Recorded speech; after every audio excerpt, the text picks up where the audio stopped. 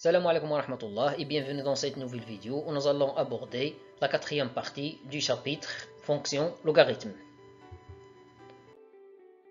Le plan qu'on va suivre, le premier paragraphe, limite fondamentale de la fonction ln. Elle contient activité, propriété, des exemples, des remarques et on va terminer ce paragraphe par des exemples.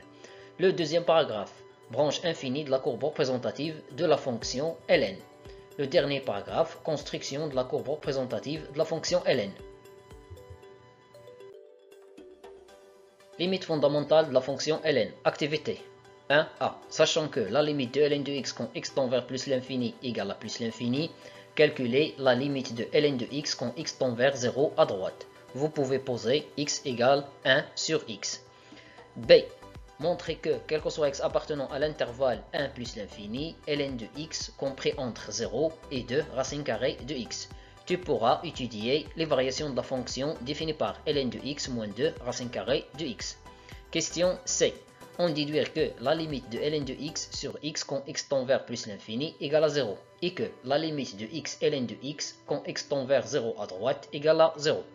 La deuxième question. Montrer que la limite de ln de x divisé par x moins 1 quand x tend vers 1 égale à 1. Et en déduire que la limite de ln de h plus 1 divisé par h quand h tend vers 0 égale à 1.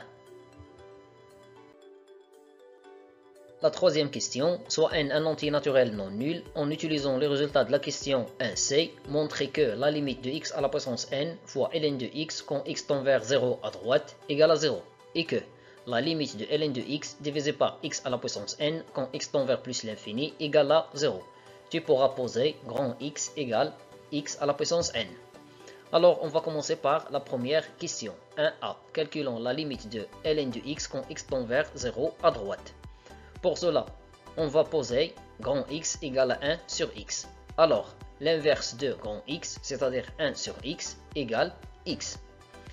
On a x tend vers 0 à droite. Cela signifie que grand X tend vers plus l'infini. Par suite, la limite de ln de x quand x tend vers 0 à droite égale la limite de ln 1 sur x. J'ai remplacé x par 1 sur grand X avec grand X tend vers plus l'infini. On sait que ln 1 sur x égale moins ln x. Et cette limite, la limite de ln de x quand x tend vers plus l'infini égale à plus l'infini, multiplié par ce moins, devient moins l'infini. Question B. Montrons que, quel que soit x appartenant à l'intervalle 1 plus l'infini, ln de x compris entre 0 et 2 racine carrée de x. On sait que, quel que soit x appartenant à l'intervalle 1 plus l'infini, ln de x est supérieur ou égal à 0.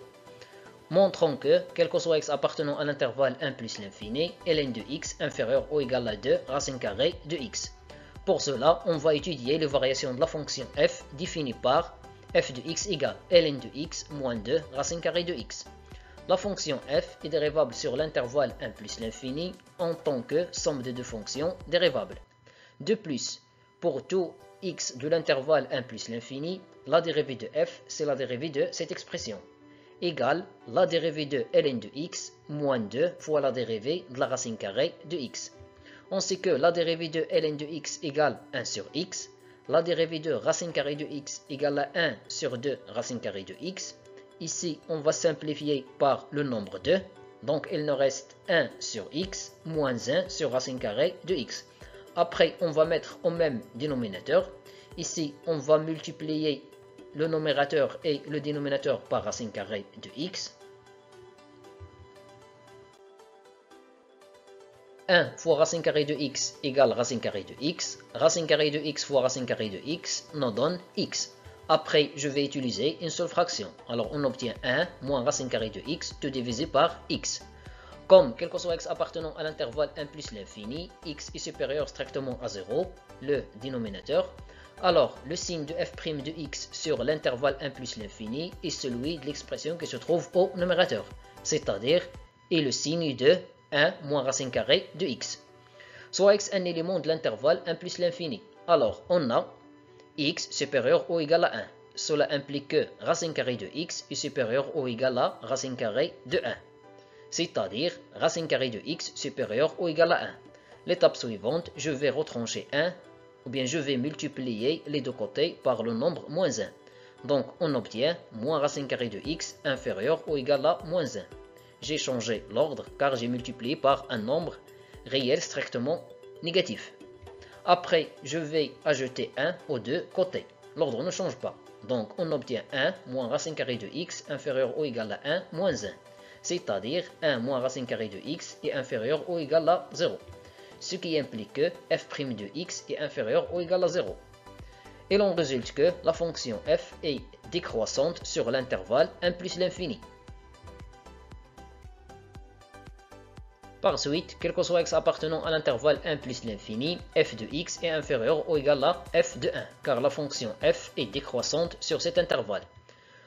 On a f de x égale ln de x moins 2 racine carrée de x. Alors, f de 1 égale ln de 1 moins 2 fois racine carrée de 1. On sait que ln de 1 égale à 0 et que racine carrée de 1 égale à 1. Moins 2 fois 1 égale à moins 2. Par conséquent, pour 2x de l'intervalle 1 plus l'infini, f de x est inférieur ou égal à 0, puisqu'il est inférieur ou égal à moins 2. C'est-à-dire que, pour 2x de l'intervalle 1 plus l'infini, ln de x moins 2 racine carrée de x est inférieur ou égal à 0. J'ai remplacé f de x par son expression. Après, je vais déplacer moins 2 racine carrée de x vers le deuxième côté. J'obtiens, pour 2x de l'intervalle 1 plus l'infini, ln de x est inférieur ou égal à 2 racine carrée de x. En définitive, pour 2x de l'intervalle 1 plus l'infini, ln de x est compris entre 0 et 2 racine carrée de x, ce qui est demandé. Déduisons que la limite de ln de x sur x quand x tend vers plus l'infini égale à 0 et que la limite de x fois ln de x quand x tend vers 0 à droite égale à 0.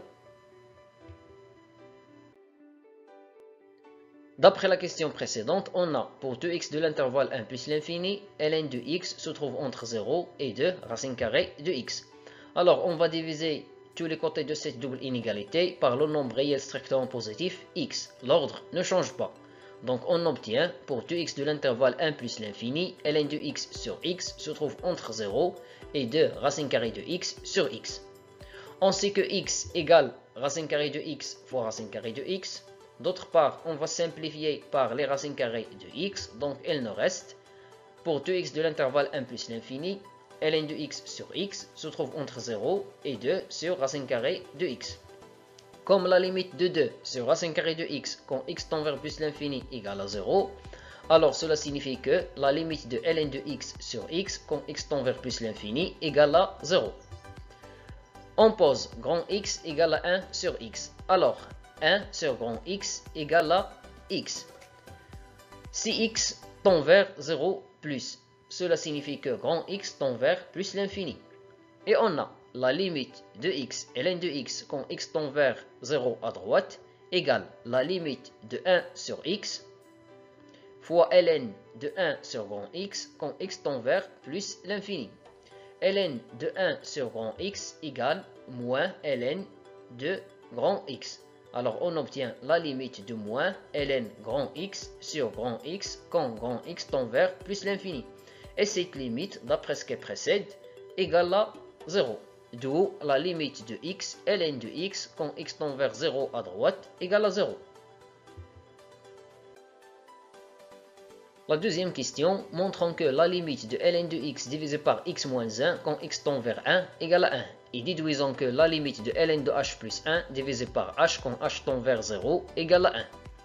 On sait que la fonction ln est dérivable sur l'intervalle 0 plus l'infini et on a, quel que soit x appartenant à l'intervalle 0 plus l'infini, ln' de x égale à 1 sur x. Alors, le nombre dérivé de la fonction ln en 1 égale 1 sur 1, j'ai remplacé x par 1, égale à 1. Par suite, la limite de ln de x divisé par x moins 1 quand x tend vers 1 égale la limite de ln de x moins ln de 1 tout divisé par x moins 1 quand x tend vers 1. ln de 1 égale à 0. Et cette limite, c'est le nombre dérivé de la fonction ln en 1. D'après ce qui précède, ce nombre égale à 1. D'autre part, on pose h égale à x moins 1. Alors, h plus 1 égale à x. Si x tend vers 1, cela signifie que h tend vers 0.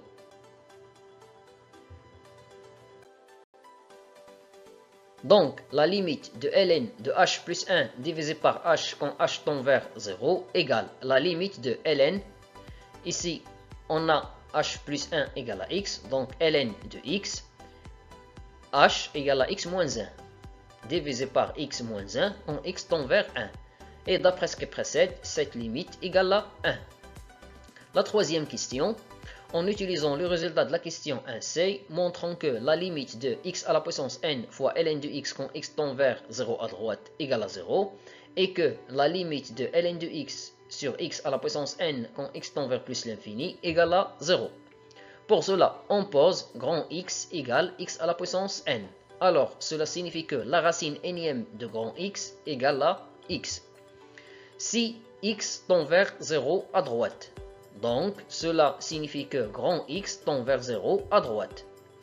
Alors, la limite de x à la puissance n fois ln de x quand x tend vers 0 à droite égale la limite de grand X, ln de la racine énième de grand X quand grand X tend vers 0 à droite. On sait que la racine énième de grand X égale x à la puissance 1 sur n. D'autre part, ln de x à la puissance 1 sur n égale 1 sur n fois ln de x.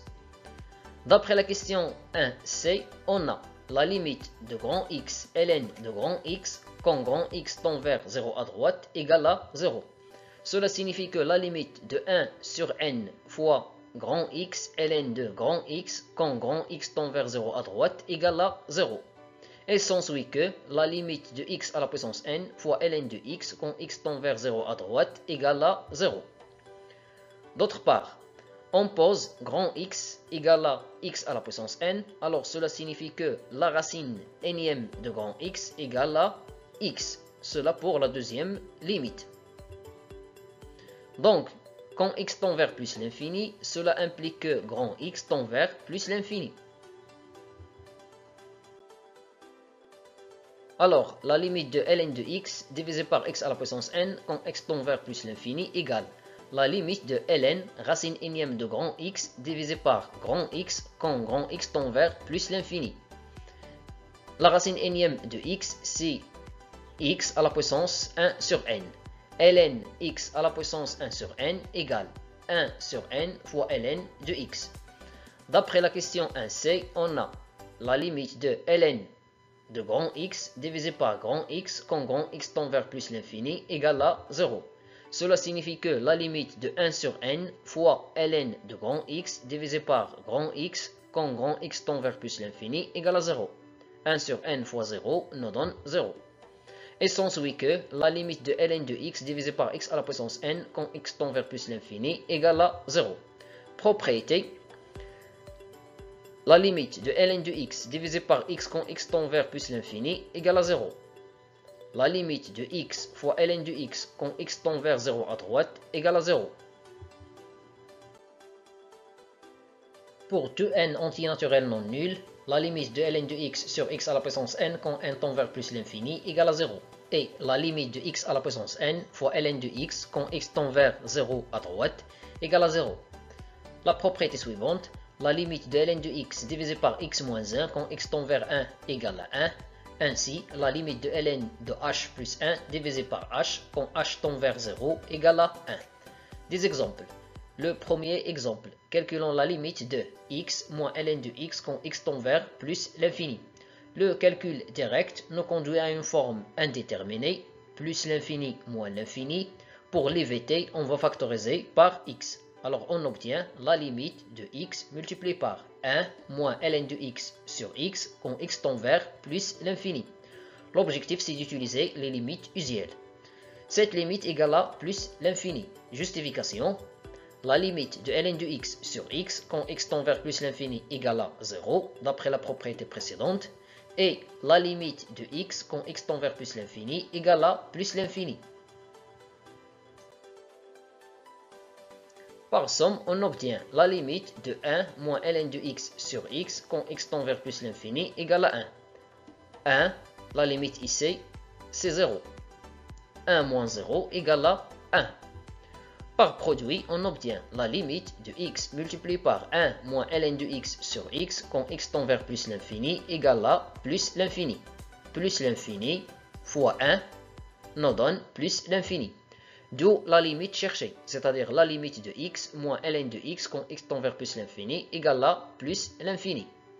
Le deuxième exemple, calculons la limite de x moins ln de x quand x tend vers 0 à droite.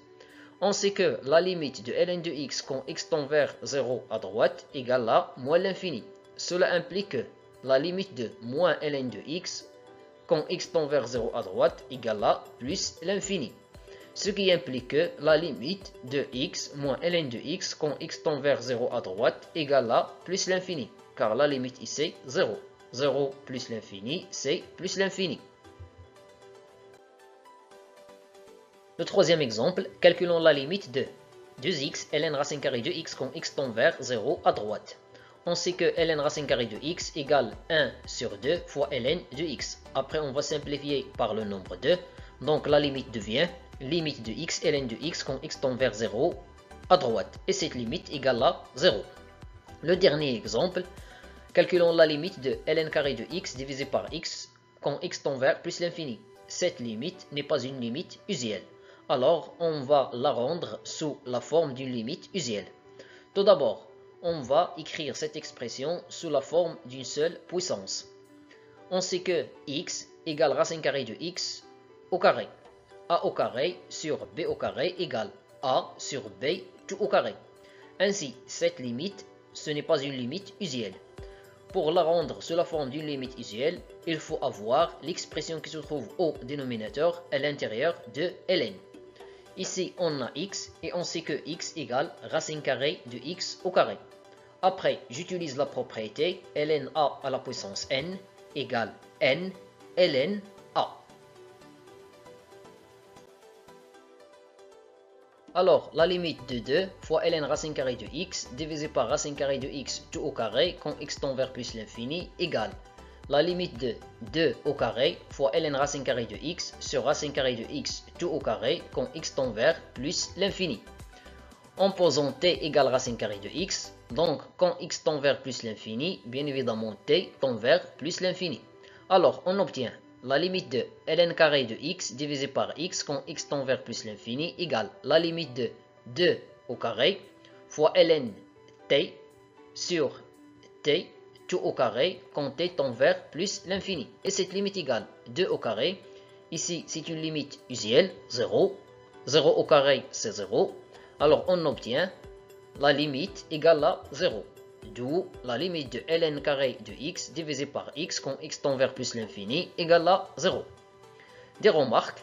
Soit f est une fonction strictement positive sur un intervalle ouvert i et a appartient à i. Et L un nombre réel strictement positif. Si la limite de f de x quand x tend vers a égale à L, alors la limite de ln de f de x quand x tend vers a égale ln de L. La deuxième remarque, c'est la limite de f de x quand x tend vers a égale à plus l'infini, alors la limite de ln de f de x quand x tend vers a égale à plus l'infini. La troisième remarque, c'est la limite de f de x quand x tend vers a égale 0 plus, alors la limite de ln de f de x quand x tend vers a égale à moins l'infini. La limite de f de x fois ln de f de x quand x tend vers a égale à 0 moins. Et la limite de ln de f de x plus 1 divisé par f de x quand x tend vers a égale à 1. La dernière remarque, si la limite de f de x quand x tend vers a égale à 1, alors la limite de ln de f de x divisé par f de x moins 1 quand x tend vers a égale à 1. Des exemples, on a la limite de x plus 1 divisé par x quand x tend vers plus l'infini égale la limite de x sur x quand x tend vers plus l'infini. Une fonction rationnelle. Cette limite égale à 1. Cela signifie que la limite de ln de x plus 1 divisé par x quand x tend vers plus l'infini égale ln de 1, c'est-à-dire égale à 0. Le deuxième exemple, on sait que la limite de x plus 1 tout divisé par x quand x tend vers moins l'infini égale la limite de x sur x quand x tend vers moins l'infini, et cette dernière égale à 1. Donc cela signifie que la limite de ln x plus 1 tout divisé par x quand x tend vers moins l'infini égale ln de 1, c'est-à-dire égale à 0. Le dernier exemple, on a la limite de 2 moins x quand x tend vers 2 à gauche égale 0 plus.